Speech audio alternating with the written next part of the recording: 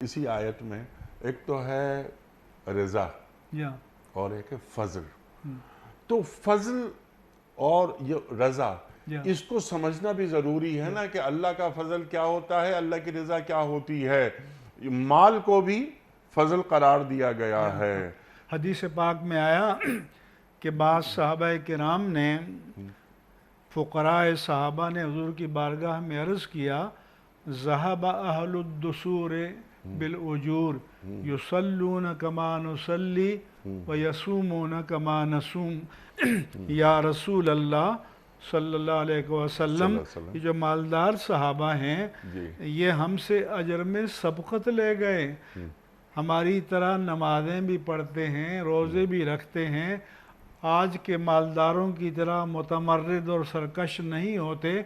اور اضافی بات یہ ہے کہ مال جو اللہ نے ان کو زائد دیا ہے اس کو صدقہ کرتے ہیں. تو ہم تو پیچھے رہ گئے. حضور نے ان کی تسلی کے لیے فرمایا کہ بِكُلِّ تَسْبِيحَةٍ صَدَقَةٍ وَبِكُلِّ تَحْمِيدَةٍ صَدَقَةٍ وَبِكُلِّ تَحْلِيلَةٍ صَدَقَةٍ وَبِكُلِّ تَكْبِيرَةٍ صَدَقَةٍ. تم سبحان اللہ کہہ دو گے یہ بھی صدقہ ہے, الحمدللہ کہہ دو گے یہ بھی صدقہ ہے, لا الہ الا اللہ کہہ دو گے یہ بھی صدقہ ہے, اللہ اکبر کہہ دو گے یہ بھی صدقہ ہے. تو کچھ دن بعد پھر وہ آئے صحابہ کہ یا رسول اللہ ہمارے ان مالدار ساتھیوں نے یہ تسبیحات بھی شروع کر دی ہیں. تو حضور نے فرمایا کہ ذالک فضل اللہ یؤتیہ, یہ اللہ کا فضل ہے کہ دولت انہیں اللہ کی بندگی سے دور نہ کرے بلکہ اللہ کی بندگی کی اور قریب کر دے. تو یہ دولت اللہ کا انعام ہے.